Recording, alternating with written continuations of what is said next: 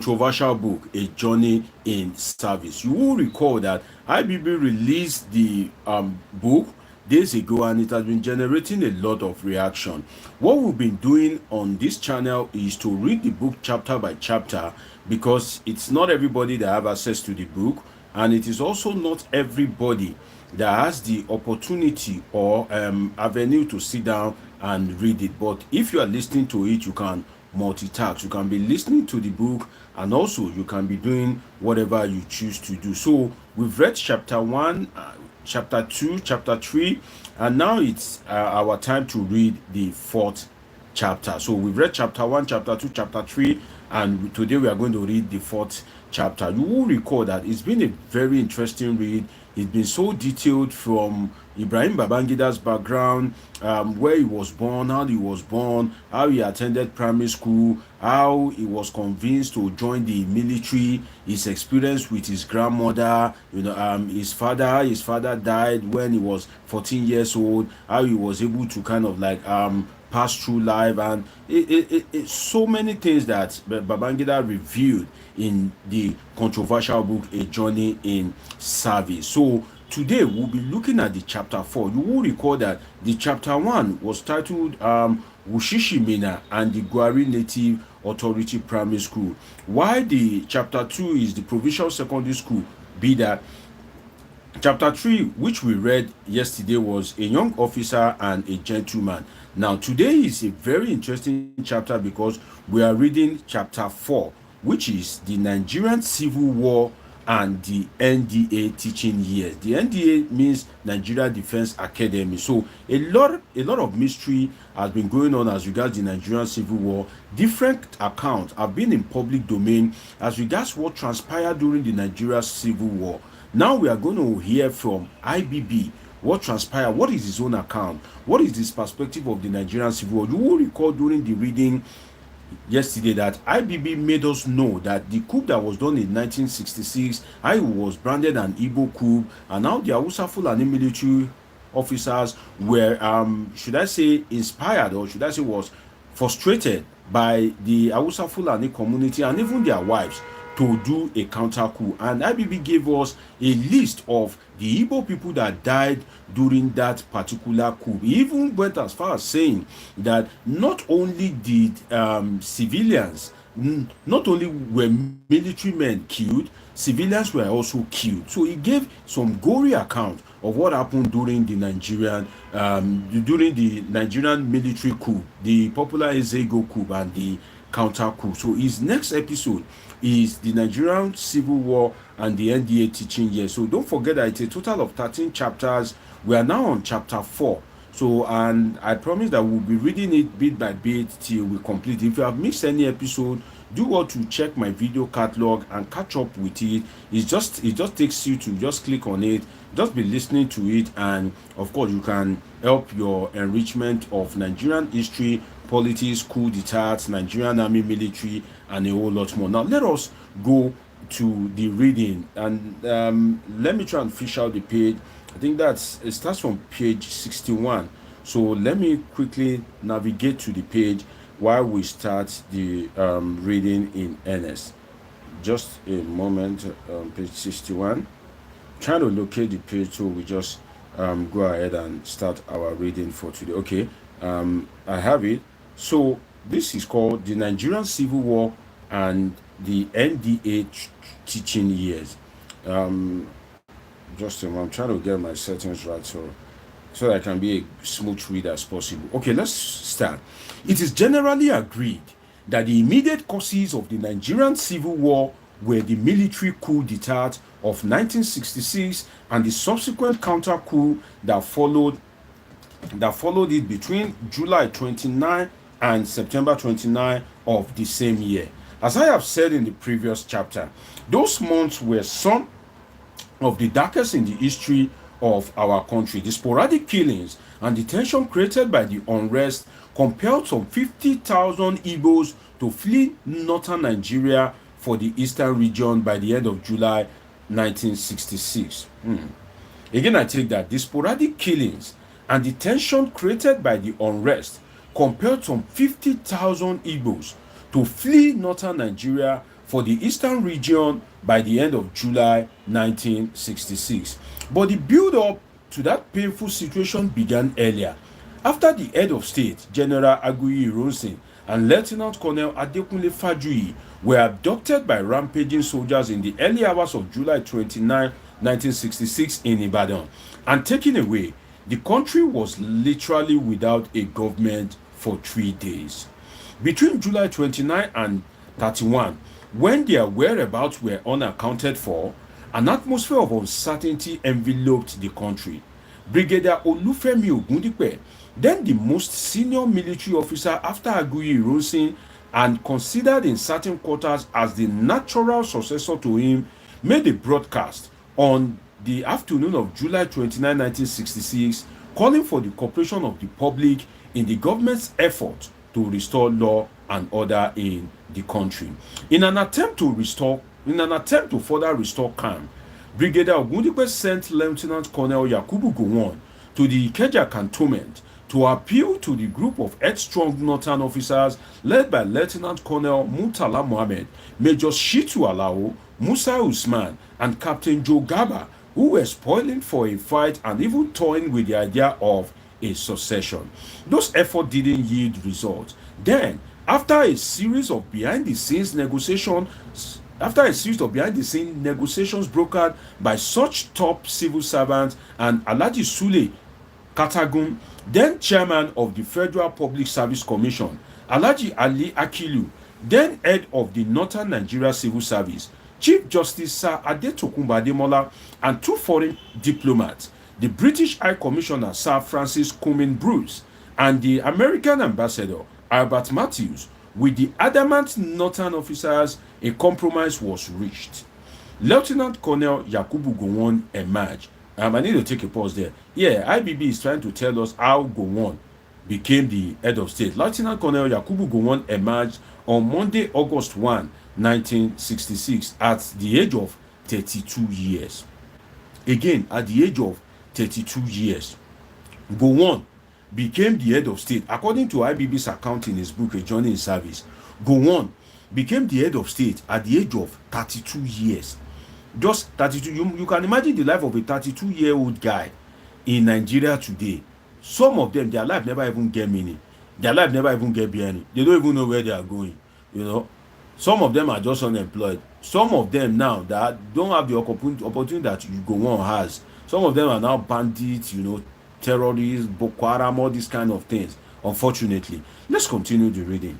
Then Lieutenant Colonel Yakubu Gowon emerged on Monday, August 1, 1966, at 32 years.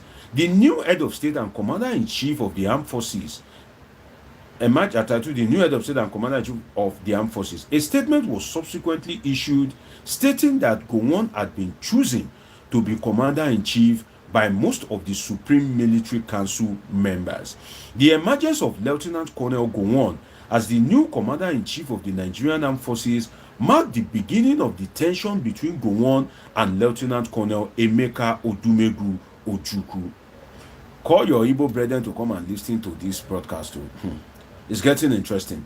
In an early morning broadcast from Enugu, Ojukwu rejected Gowon's emergence as head of state, insisting that in the absence of Aguiyi Ironsi, the most senior Nigerian army officer in the person of Brigadier Babafemi Ogundipe, should be head of state and commander-in-chief. The state of national tension increased. Eager to restore confidence in the country, Lieutenant Colonel Gowon assembled regional politicians, dubbed leaders of thought, to fashion a way forward for the country. Then, he turned his attention to the military, making a few tactical changes. Those changes were detailed enough to affect younger officers like me, that's Ibrahim Babangida. In early August, I was transferred from the A Squadron Reconnaissance Unit in Kaduna to the B Squadron in Abeokuta. Similar tactical changes took place in various other divisions. But Gowon went further, in a move that further turned out to be a political masterstroke. In August, he released the leader of the Yorubas, Chief Obafemi Awolowo. Listen to this, let's get this thing right.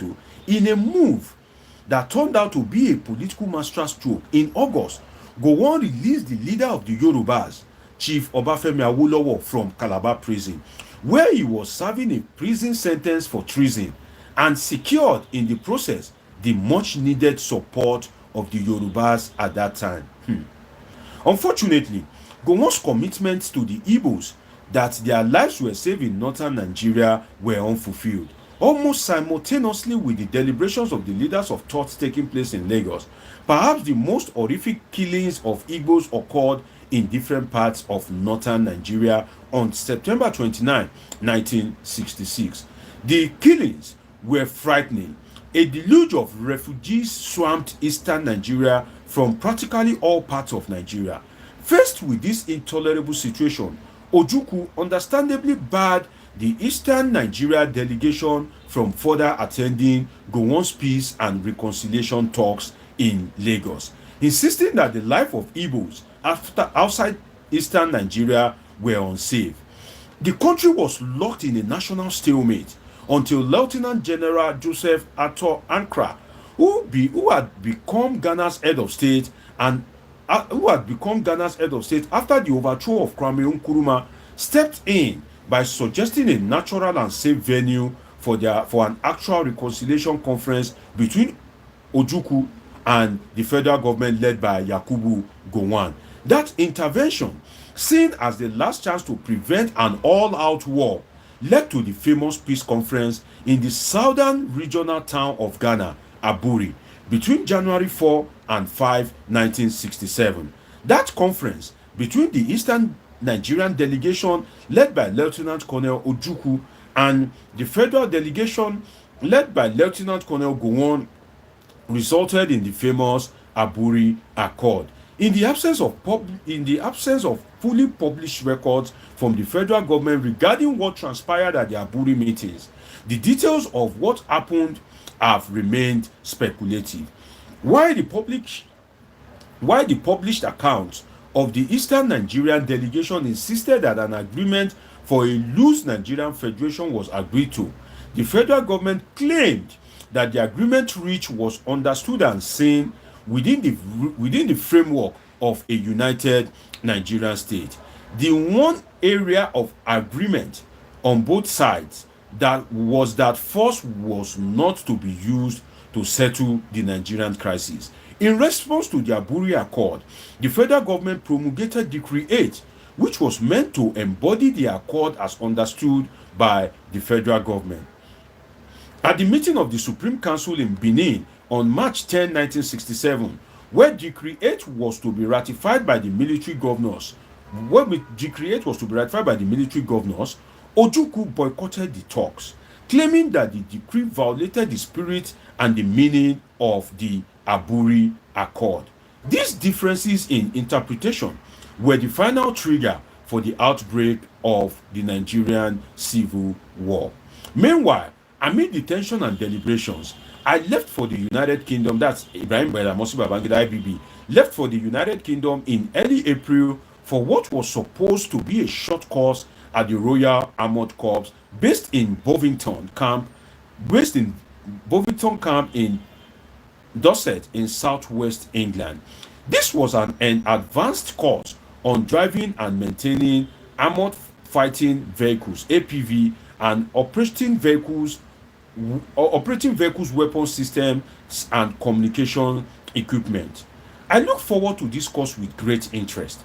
Quite apart from the fact that the Royal Armoured Corps was the British Army's center of excellence for training the army in the skills of armored warfare, and therefore forms the core of the British Army's mounted close combat capability.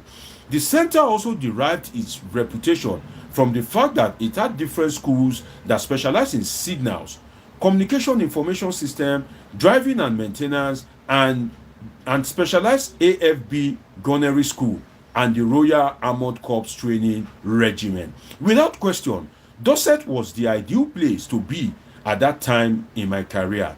But it was not psychologically the best of times for me. The unfolding events at home, which remained a constant source of distraction, took a rapid turn for the worse. Barely days after I left for the United Kingdom, Lieutenant Colonel Ojukwu received directives from the Eastern Nigerian Consultative Assembly to create a sovereign state out of the Eastern region. To preempt any such moves, Colonel Gowon on May 29, 1967, proclaimed the division of Nigeria into 12 states, with Eastern Nigeria broken into the three states of Southeastern, East Central, and Rivers States. On May 30, Ojukwu announced the secession of the Eastern region from Nigeria by declaring the Republic of Biafra.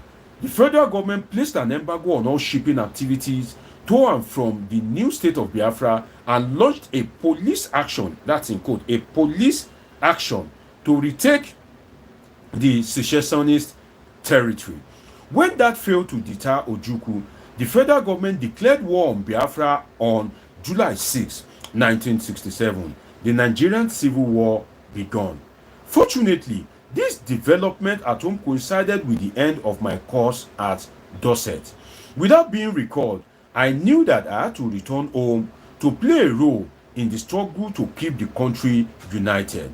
When I arrived, that's Ibrahim Babangida speaking about his role in the Nigerian Civil War. He says, when I arrived, I was sent off to the war front to the 1st Infantry Division in the Nsukka sector, where Colonel Mohammed Shua held sway as commander. My sector commander was my old senior from Bida Secondary School, Major Inua Bushishi. Apparently, when the war broke out on July 6, Colonel Shua's 1st Infantry Division advanced into Biafra under 2 brigades with 3 battalions each.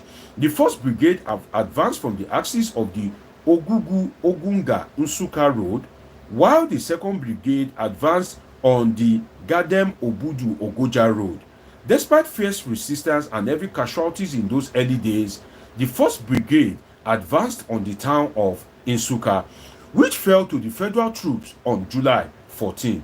A few days later, the 2nd Brigade captured Gakem, Obudu, and Ogoja. Don't forget that this is IBB telling us his role in the Nigerian Civil War. If you are watching me, please do well to like this video, do well to give us the love button so that others can get to see it. Let's continue the reading. It's very interesting. I arrived at the war front only days after Nsukka had fallen. Those early days were tough. Clearly, the Nigerian army needed more time to be fully ready for war. Apart from a few peacekeeping operations at home and abroad, the Congo crisis, Tiv riot, etc., the Nigerian army's experience of war on an operational scale was limited. In addition, the 1966 coup and counter-coup had depleted the army of several of its Sandhurst graduates. Indeed, as of the end of July 1966, fewer than 10 officers holding the rank of lieutenant colonel were still alive and on duty.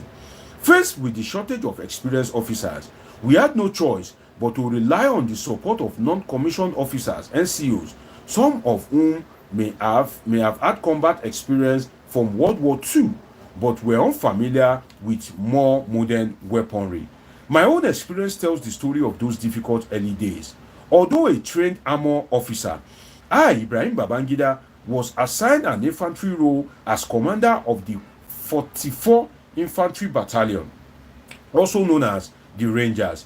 When I took over from Lieutenant David Ichogo,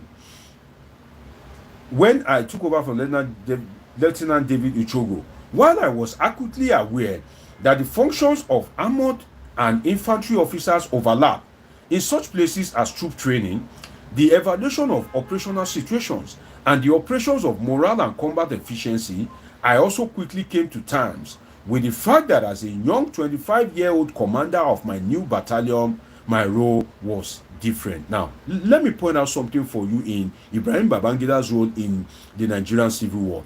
You will recall that I read that Ibrahim Babangida said Gowon became the head of state at 32 years.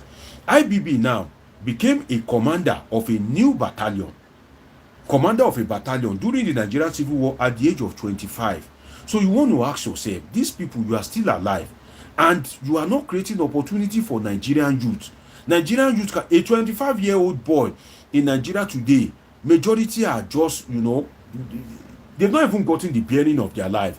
Whereas you, IBB, you were the commander. You know what it is to be commander of a battalion at the age of just 25 years. Gowon was the head of state at the age of just 30, is it 32 or 34 years? You can imagine how low Nigeria has become. Now it is old men that you see all over the place. Whereas you benefited from this thing. In fact, some of the people that benefited from Awolowo's free education, they are the one making education unavailable today. That is why, if you are not a student of history, I pity you. If you don't learn how to read history, I pity you. You cannot read the history. Somebody is here reading it for you. If you don't take time to listen and understand how some of these people have affected your life, not even your life, the life of your father, the life of your grandfather, they've affected your life, and they've even affected the life of the child that you have already born or unborn, then I pity you. If you cannot listen to something like this, let us continue the reading and see how these people enjoyed during their time. As reviewed by all the things that I'm reading is IBB on the account of, according to the account of IBB, when his new book, the controversial book, A Journey in Service. Now let us continue this reading because it's getting very interesting. Now I also quickly came to terms with the fact that as a young 25-year-old commander of my new battalion, my role was different. As an infantry commander, I knew I had to lead attacks and execute offensive and defensive maneuvers. My operative word were to lead.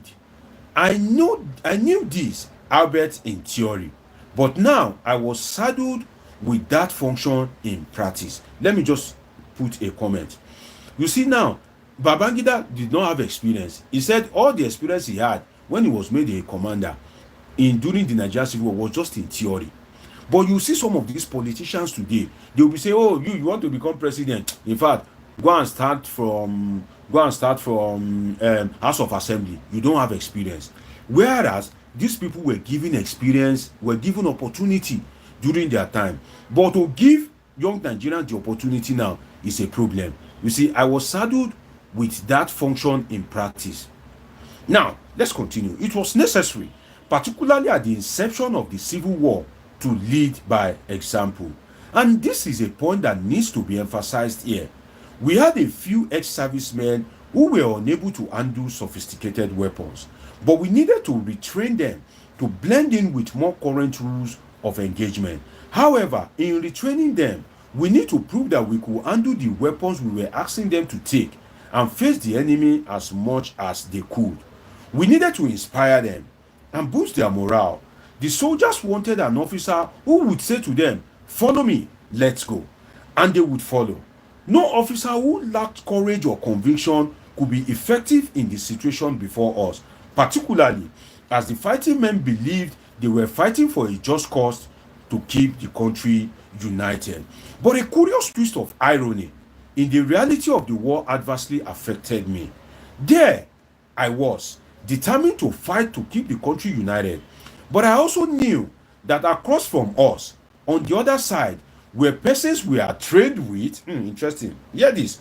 Across from us, on the other, that is on the Biafran war side, the Ojukwu side, were persons we are trained with, lived with, socialized with, and bonded with as comrades in arms, but who were now our enemies. That's a very significant, that's a strong point there.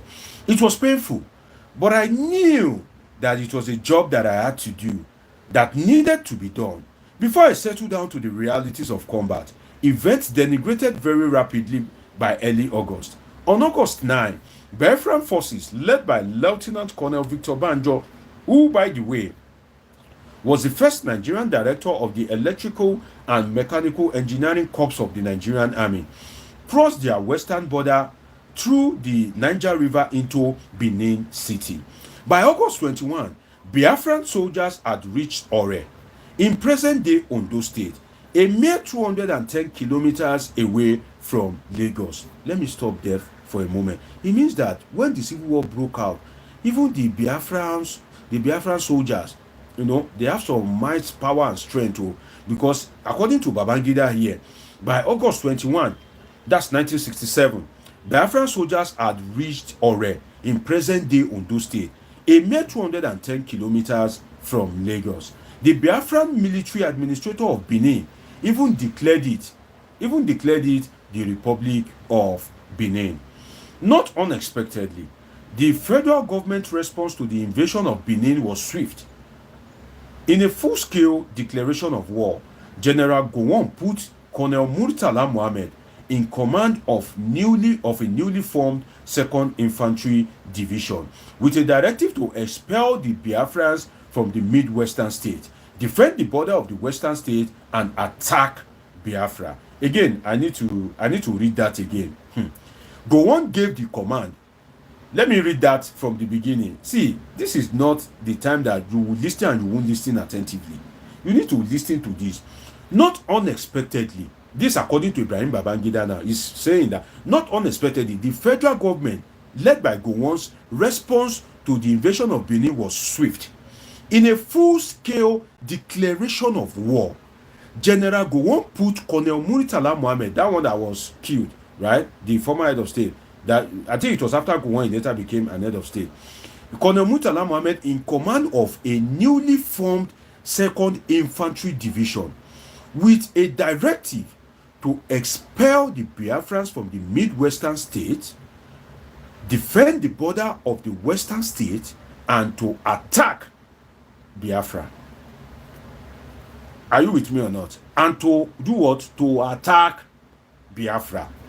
Although Nigerian troops retook Benin on September 22, let me give you a point in history here. But Babangida is saying that Benin, this Benin, close to Ondo State, Benin, that they too at some point declared their own independence, and they call themselves Republic of Benin. But Gowon, sent Murtala Mohammed there to declare, to flush out anybody flushable and regain Benin back to the territory of Nigeria, and also declare full-scale war on Ojukwu and his boys, who did the 3rd Biafra. You will recall that it is that Biafra that is still lingering. The spirit of Biafra is what is still keeping Mazi Nnamdi Kanu in prison till today. So this is an important tree that dates back to 1966, 1967. Let's continue this, interesting reading. Although Nigerian troops retook Benin on September 22, the catastrophic attempt on the 2nd Infantry Division under Murtala Mohammed to cross the Niger River from Asaba to Onitsha on October 12, 1967 amounted perhaps to the highest loss of men and materials to the Nigerian side throughout the entire duration of the war. Barely days after the River Niger crossing debacle, the federal government launched another offensive. Hear this, the federal government launched another offensive south of Biafra. Yeah, this is Babangida. If it is an Igbo man that wrote this book now, they will say, maybe he's trying to. No, this is Babangida and Hausa Fulani. Hear this. He said, barely days after the River Niger crossing debacle, the federal government launched another offensive south of Biafra from the Niger Delta axis, using the Lagos Garrison Command under Colonel Benjamin Adekunle, the Black Scorpion, that's his nickname, to form the 3rd Infantry Division. You see this one now, Gowon instantly have formed another infantry division. Gowon at the end of the day was just forming infantry division per second to, attack the Biafran side. On the 3rd Infantry Division, I continue reading, which was later renamed the 3rd Marine Commando. On October 17, 1967, aided by considerable firepower from Ilushin IL-28 bombers flown by the Nigerian Air Force and amphibian forces of the 3rd Marine Commando, Calabar was invaded by Black Scorpion and its men. After 2 days of heavy fighting and losses, Calabar fell to the federal troops. It would be months before Port Harcourt fell on May 19, 1968. It's getting interesting. Don't miss this reading for anything. That's what I can just tell you. You see this reading, don't miss it for it. Share it. Let everybody get to know what happened. Now, Babangida continued about the Biafran War. He said, from our end, in the 1st Infantry Division, the northern offensive continued from the Insuka sector You see that they were picking from different sectors, the Niger Delta, the Calabar, and to make matters worse, these people, they are brothers. Oh, Babangida said it, that these are people that we train together. These are people that we live together. These are people that we know ourselves, but now they are now enemies, and we have to fight on a war against our own brothers. Now, let's hear the account of Babangida. Let's proceed. In those weeks and months, I met several other officers of the Nigerian army whose paths will cross mine over a sustained period after the Civil War. These officers would include names like Major Abdullahi Sheleng, Lieutenant John Inienga, Second Lieutenant Joanna Madaki, and Second Lieutenant Aliru Akilu, among others. But even more importantly, I soon confronted the brute realities of war and combat. War, any war, is horrifying and painful. While many films may depict real combat situations, a war situation isn't like the movies. There's nothing like the real thing. There's nothing like the macho match that says you are not supposed to be scared during battle. No matter the amount of training and preparations before combat, the shadows of death hangs over everything. As I quickly learned, the emotions that come with war are complex. Such feelings vary from just plain fear, anger, grief, guilt, hatred, anxiety, sadness, raw revenge, and sometimes jealousy and even love. And these were so evident during the Nigerian Civil War. While it was difficult sometimes to contain the anger or bitterness of troops who, for instance, had just been ambushed by enemy fire and witnessed their colleagues killed, I have never forgotten the sense of camaraderie, duty, and brotherly love that came into play even in those moments of grief. The vast chunks of uncertainty and unpredictability between these emotions could determine so much in the blink of an eye. Let me attempt to illustrate these realities. If you have missed any part, don't miss this part. Now, Babangida want to tell us his reality, but I'm trying to look for where Babangida will write in his book that me too, when the war was on, I brought out my gun, fire people, pieces, shell people. Babangida is here to say that he's trying to package himself, as somebody considerate and all that. But let's read further, and let's see the realities that Babangida wants to illustrate to us in this next paragraph. I continue the reading. In our attempt to capture Enugu after the fall of Nsukka, Lieutenant Colonel Theophilus Danjuma, the popular Theophilus Danjuma, Lieutenant Colonel Theophilus Danjuma, who had only just relieved Sule Apollo of the command of the detachment of 1st Division of the Nsukka front, began the advance on Enugu on September 12, 1967. Colonel Danjuma's advance was a broad front of 7 battalions: 4th, 21st, 22nd, 23rd, 24th, 25th, and the 82nd, with some 20,000 troops as reinforcement. To make it difficult for the Biafrans to pin us down. Hear this. Let me read that part again. I think it's an interesting part you shouldn't miss. In case you miss it, hear it again. In our attempt to capture Enugu after the fall of Nsukka, Lieutenant Colonel Theophilus Danjuma, who had only just relieved Sule Apollo of the command of the detachment of 1st Division at the Nsukka front, began the advance on Enugu on September 12, 1967.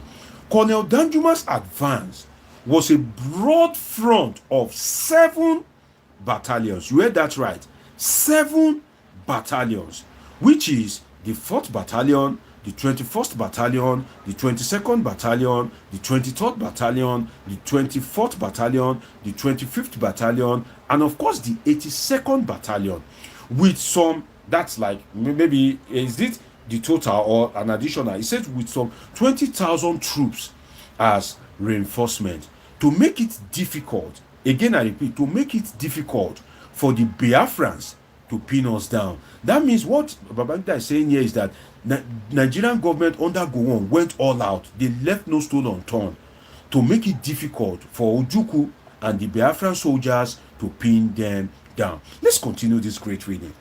Just as we approach Agbani in today's Enugu state, we came under heavy attack from the Biafrans. The attack was so intense that we had to retreat. So that means that the Biafrans too hit them hard. The attack was so intense that we had to retreat. As I turned around, I could see from a distance that my childhood friend, Captain Gabaduba, had taken a hit. It means say they don't shoot him. He was down bleeding and writhing in pain. He could see that he was in you could see that he was in deep trouble. But the enemy fire was so intense that it would have been foolhardy to move close to him, let alone attempt to save him. And then suddenly, as if consumed by a sudden release of adrenaline into my bloodstream, which may have also blinded my receptors to the danger from the barrage of enemy fire around me, I impulsively crawled across the field and dragged Duba away towards us. We immediately pulled him out to the rear before he was lifted to a hospital. This attempt to save Duba was one of my early close shaves with death during the Nigerian Civil War. This is according to Ibrahim Babangida. Again, this attempt to save Duba, who happens to be his Hausa Fulani friend on the side of the Nigerian government, he says was one of his early close shaves with death during the war. Looking back now, I don't know why I did it. It was crazy. It was clear that the danger was enormous, and it's probable that if I hadn't done it, perhaps someone else would have stepped in to save Duba. But at that moment, what mattered the most was that we needed to evacuate him to safety. We needed to save his life. It was not about how leaving a wounded colleague behind could affect the troops' morale. While that may have driven me, I was convinced that my action, complicated as it seems at the time, was the decent thing to do. This is getting interesting. One of the rules I wholeheartedly imbibed as a soldier and an officer is this: as much as possible, never leave behind a wounded or even a dead colleague in a war situation. If you are yet to subscribe, please do well to subscribe to this channel and like this video so that other people can get to be part of this interesting read. Let's continue. I've been reading the Babangida's controversial book, his account of the Nigerian Civil War. That is book titled A Journey in Service. Is what I've been reading. I've been reading it daily, and we are now in chapter 4. Let's continue the reading. It's getting interesting like never before. Yet, some incidents in war are so frighteningly unpredictable that they render you hopeless and helpless. One morning, during our approach to Umaya through Okigwe, I walked down a makeshift run with my driver, Sonny. Trained as a combatant, Sonny was also eager to remind me that he was not an ordinary driver of jeep vehicles, but a real soldier. On this morning, Sonny, anxious to show off with his rifle, just a moment.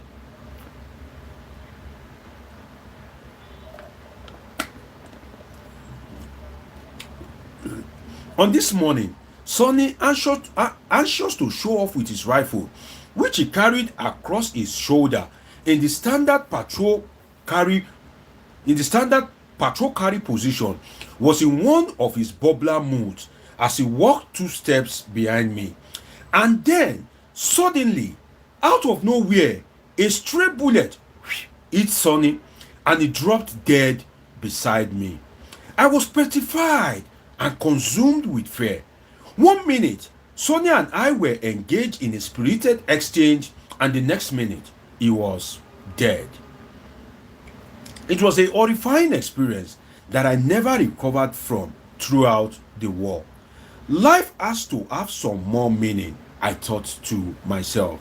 Even as I write this, I can see Sonny 54 years after, in his jaunty steps, his gaunt face, enveloped in weary smile, as he struggled to catch up with me on that makeshift runway. Now, I can say something to you that I think, I stand to be corrected. I think Babangida is not giving us a full account. He's trying his best in his book. But when the stray bullet of the Biafra soldiers hit Sonny, what action did Babangida took when he was pained that his driver, who happened to be a soldier, was killed? He didn't tell us that one, because ordinarily we are all human beings. If you are a soldier now, if you are Ibrahim Babangida and your soldier that is close to you, Sonny, was gone down by your side, definitely that will infuriate you to take action, right? Babangida did not tell us that one, just to point that out. Now let's continue the reading. With the fall of Enugu on October 4, 1967, Ojukwu relocated the Biafran capital to Umuahia, deep inside the heartland of Igbo territory, thus dousing the hope that Enugu's fall would signal the end of the secession. But there's a little anecdote about the capture of Enugu that deserves to be recalled. Now, Babangida wants to tell us something important here that deserves to be recalled. When federal and ground forces assaulted the city of Enugu, Ojukwu was asleep in the state house. When he woke up to the sound of gunfire and explosions to find his guards gone, the building was surrounded by federal troops. Ojukwu was said to have disguised himself as a servant to escape the cordon.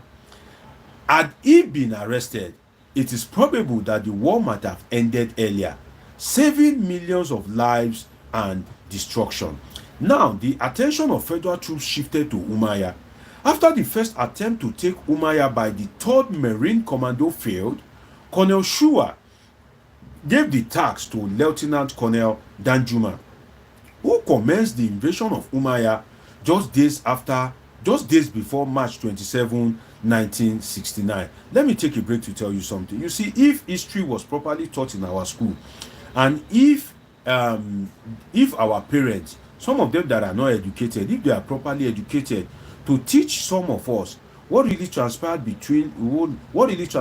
during the Nigerian Civil War, you will know that the famous Theophilus Danjuma, that's, you can Google his name, you know, that general Theophilus Danjuma played a major role in the Biafra Civil War. In fact, Gowon gave him a very strong position that put him in very good strategic position to fire the Biafran rebels at that point in time. Let's continue the reading. That attack would go on until April 24, 1969. As a major, I was commander of Ibrahim Babangida was commander of the 82 Battalion, one of the 7 battalions deployed by Lieutenant Colonel Danjuma to invade and capture Umuahia. Now, Babangida don't confess here. Let me read that again. As a major, that's Ibrahim Babangida, was commander of the 82 Battalion, one of the 7 battalions deployed by Lieutenant Colonel Danjuma to invade and capture Umuahia. But to get to Umuahia, we had to first go through Uzuakoli, a mere 13 kilometers away. On March 27, we came under heavy bombardment from Biafran forces. But somehow, we held our ground and bulldozed our way to the outskirts of Uzuakoli. Then, under my command, on April 1, the 82nd Battalion attacked and captured Uzuakoli. But as it turned out, our victory came with severe cost. Not acutely aware that from our position in Uzuakoli, we were only a few kilometers away from Umuahia, the Biafran artillery began an uninterrupted bombardment of our positions. Not even our aggressive response to these attacks deterred them. It was during that fierce fighting that a Biafran Ogbunigwe shell wounded me. The shrapnel landed on the left side of my chest and came close. We would later find out to affecting my lung. I was fortunate. What Babangida is saying is that a shell, a bullet healed him. He called it Biafran Ogbunigwe. If you're an Igbo man watching me, what does that mean? What does Ogbunigwe means? Can you please tell us the meaning in your language? What does it mean? Ogbunigwe. Let's continue the reading, great people. Initially, I wasn't aware that I had taken a hit. That's Ibrahim Babangida wasn't aware that he was hit by the bullet. Partly because of the intense and prolonged firefight. I never heard a shot or felt the impact. I smelled some burning human flesh. All right, it was a bit of a burning sensation, but no more. In those brief seconds, the wound didn't hurt. Then suddenly, as I grabbed my chest and felt blood oozing out, I felt like a kick in the trunk had left me with a numb, throbbing pain. And then my feet started to gradually go numb, first above the knee, then below it. At that point, I think I feel and had to be moved. And one of the other commanders, Maman Vasta, that Maman Vasta, you see life, that Maman Vasta that IBB eventually killed because of suspected coup was the one who saved him during the Nigerian Civil War. IBB could have died. You see life. Now, he said, and one of the commanders, Maman Vasta, took over the command of my battalion. My CASVAC, casualty evacuation, that meaning of CASVAC, process, organized by Colonel Dada, the same Dada who was head boy at Bida Secondary School before me, was slower than my colleagues would have wanted. It was getting past dusk, and since the available makeshift runway lacked takeoff and landing gears, an improvised runway had to be created from a convoy of military vehicles with their full lights on. Once that was done, I was promptly evacuated to the Lagos University Teaching Hospital, Idiaraba, Lagos. Surprisingly, despite the throbbing pain, I remained alert and conscious from the moment I took the hit through the period of my evacuation. Even though I wasn't sure of the nature of my injury, my spirit was upbeat. While I didn't think I was about to die, I knew this would be a life-changing experience. Deep down inside me, I had lingering moments of fear. For instance, since I had learned somewhere that bullets could bounce, ricochet, and change trajectory once inside the body, I wondered where the bullet supposedly lodged. I wondered where the bullet, supposedly lodged somewhere around my chest, was located. As the Nigerian Air Force twin turboprop evacuation aircraft took off, or was it a Douglas DC-3 propeller aeroplane, I felt like closing my eyes because it felt so good. It was midnight when I was finally wheeled into the teaching hospital Lagos emergency ward. Waiting to receive me was a young professor of medicine, Adeyemo Elebute, who had only become, I later found out, a professor of surgery barely days before I arrived.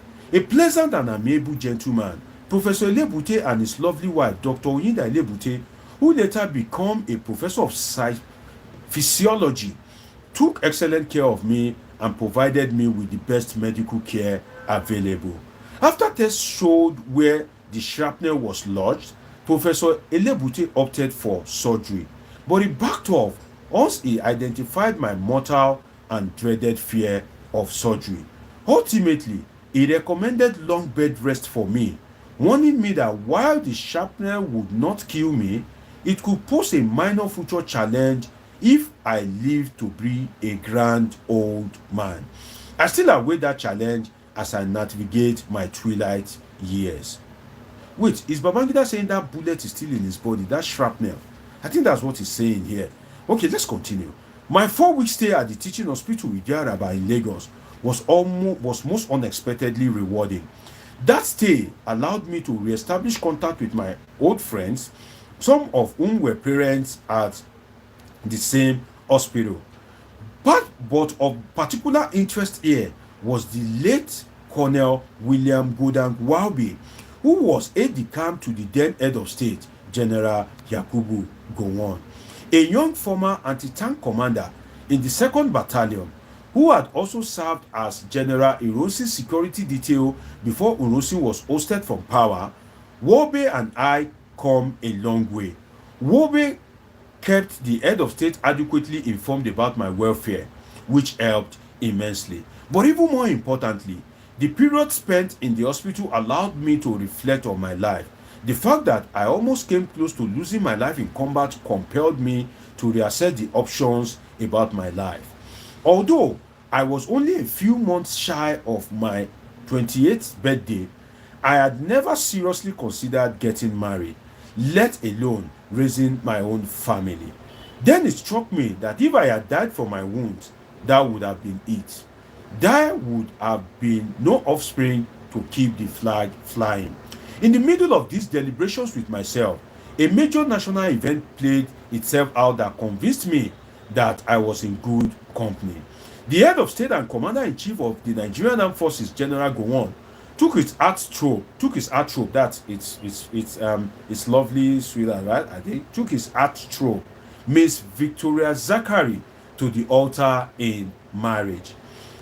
As we all watched the ceremony from our black and white television set in the common room of the hospital on that afternoon of Saturday, April 19, 1969, and heard his lordship, Bishop Seth Kale blessed the union between General Gowon and his wife, Victoria. I decided there and then that the first thing I would do after my discharge from the hospital was to find myself a wife. And that was precisely what I did. After I left the hospital in Lagos, I returned to Kaduna and searched for a young lady I had met through my childhood friend, Gaba Duba. Her name was Maria Okogu. Maria's mother, Asabe, was the younger sister to Duba's father, which made them cousins. I first met Maria, that's Miriam Babangida now. I first met Maria as a young girl during my early days at the NMTC when we regularly visited the Duba family from school. At that time, Maria's mother, with some of their children, lived with the Dubas. This was when we were still boys. Those early days when we were all consumed with the fun of growing up as future officers of the Nigerian Army and paid little attention to the world around us.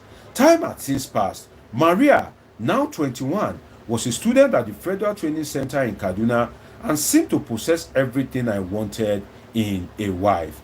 Mindful, not inaccurately, if the truth is told, of stories of my younger years as a playboy, Maria turned down my first marriage proposal. But I didn't give up. I persisted. Urged by my late friends, Colonel Wire and Kerem Mohammed, and the support of the Duba family, including General Duba's father, Maria finally gave in.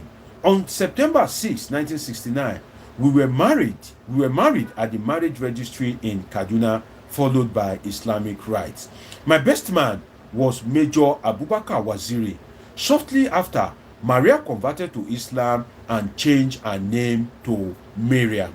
So that's the Miriam, the late Miriam Ibrahim Babangida's wife.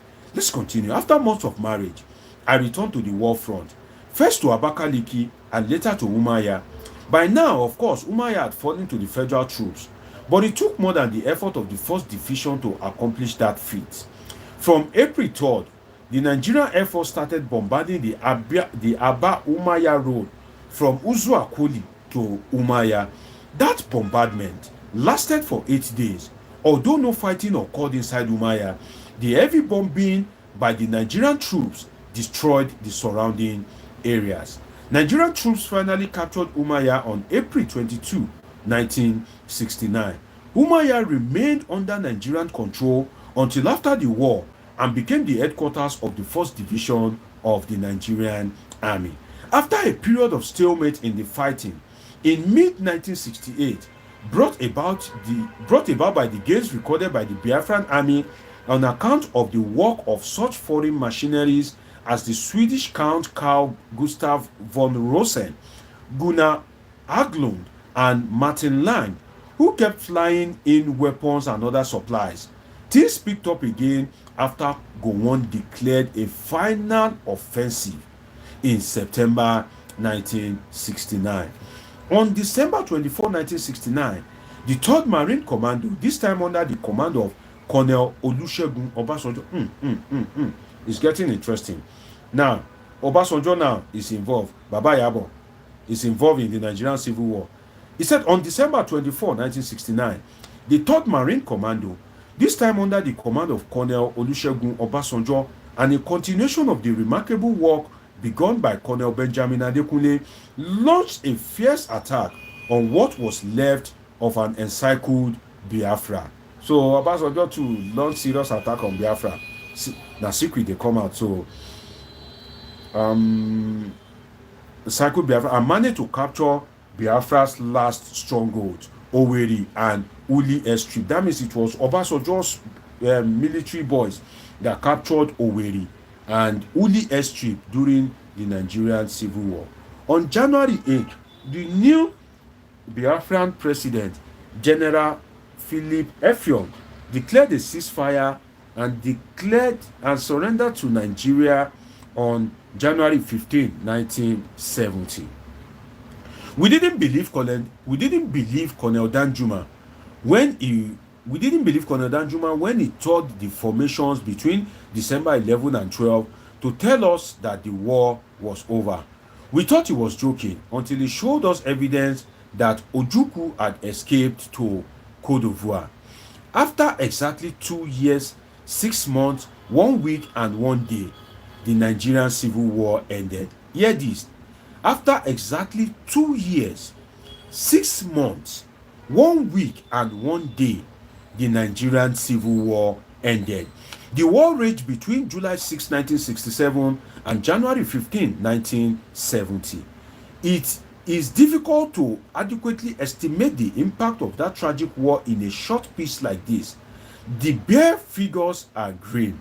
The estimates are that the war claimed the lives of 45,000 to 100,000 combatants on both sides, and that over 2 million Biafran civilians, many of them children, died of starvation and disease. Let me read that again.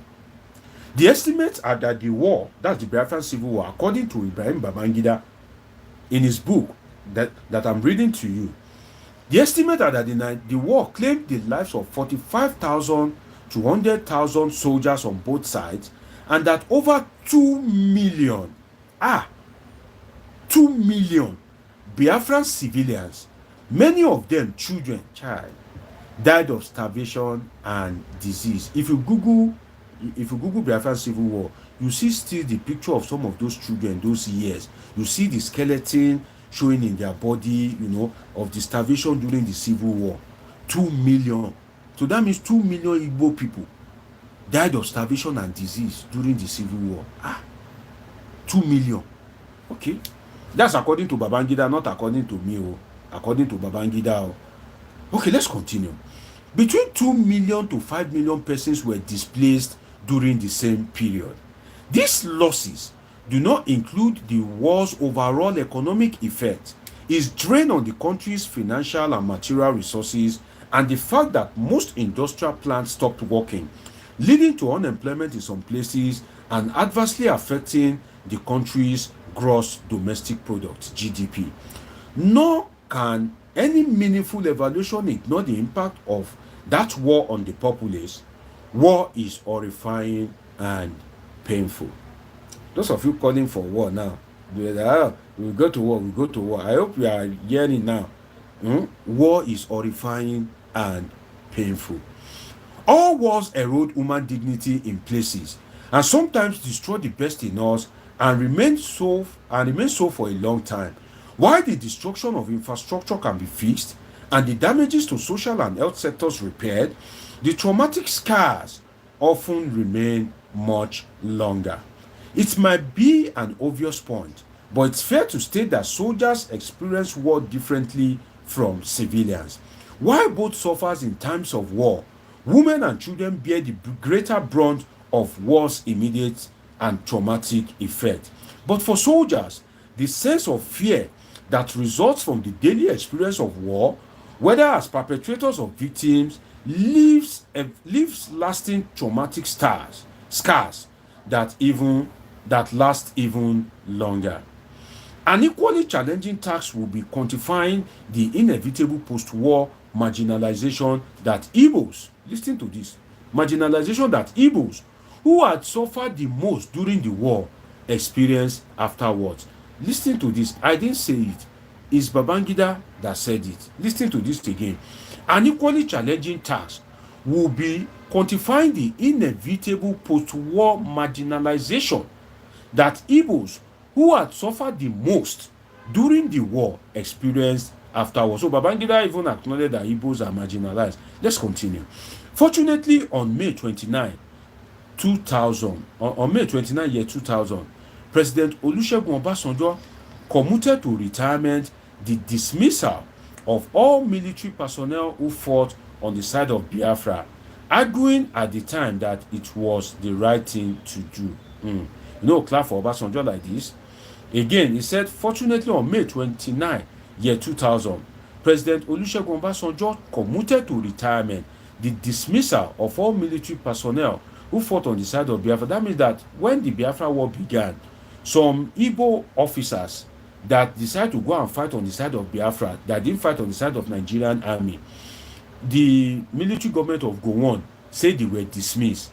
But when Obasanjo came in year 2000, that is since 1970 to 2000, that is after 30 years, Obasanjo now convert that dismissal by his authority as president to retirement. So Obasanjo changed it. That means that since he converted to retirement, those soldiers that were still alive will get their retirement benefit, will get their entitlement and emolument and all that.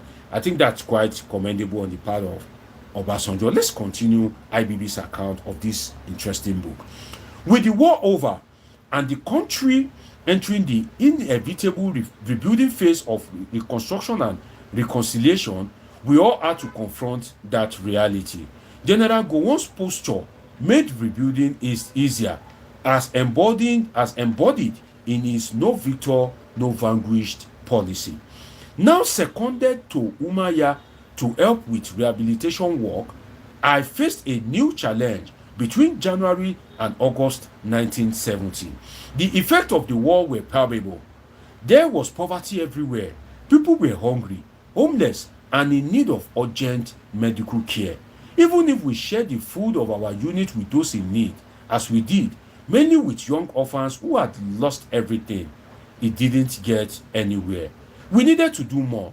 We needed to find houses for the homeless and medical attention for those in their need, especially wounded Biafran soldiers.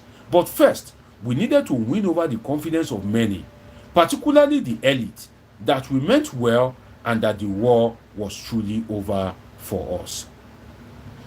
Thanks for those saying I see you, but I don't want to get distracted with the reading. I see your comment. I'll take your comment, but let's continue with this interesting reading. And please share so that others can benefit from it. Do well to like this video as well. Now let's continue. That challenge directly connected me with some of the finest persons I have ever met. Dr. J.O.J. Okezie, Dr. Ernest Ezike, Sam Iyeku, Professor O.K. Ogan, Dan Nwakwo, and a few others whose names, unfortunately, I do not remember. With the federal government assistance and Dr. Okezie's understanding, we converted Okezie's hospital into a major rehabilitation center, and before we knew it, we started to turn things around. Some more had returned to the community. The painful sight of young children with kwashiorkor began to recede. We could see that we were all making an impact, albeit gradually. Those were uniquely exciting times. Barely a week after the end of the Civil War, I had built a family of friends with persons who were enemies only a few months before.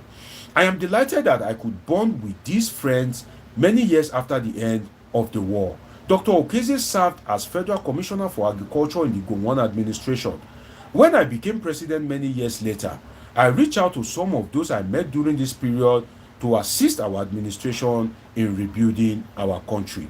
In the middle of our rehabilitation work, word reached me on May 25, 1970, that Miriam had delivered our first child, a girl. I quickly took time off and returned to Kaduna. After the naming ceremonies, I headed back to Umaya. We named her Aishatu, but I caught a whiff during my trip to Kaduna that my rehabilitation work days were about to end. I was therefore not surprised when I was redeployed in August 1970 to Kaduna as company commander and instructor at the Nigerian Defense Academy (NDA).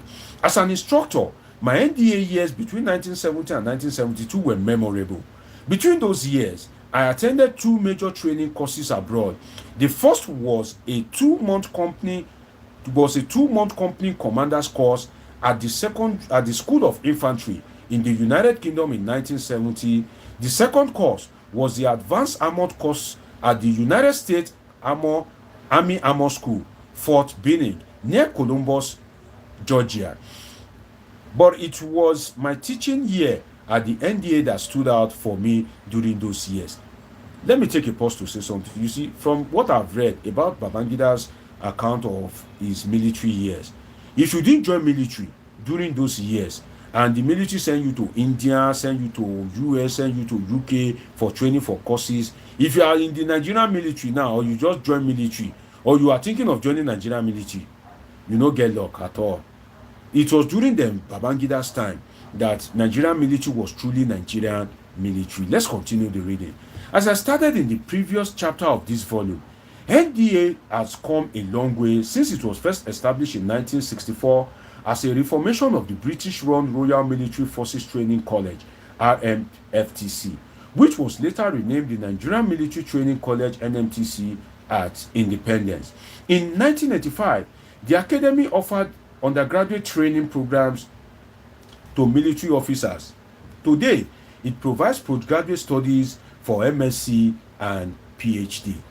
When I went to teach there in 1970, it was a modest institution, both in scope and size. Major General David Ajor, the first Nigerian commandant of the academy, was still in charge, and the now famous class of the 3rd Regular Combatant course was in the last 6 months of his 3.5-year course duration.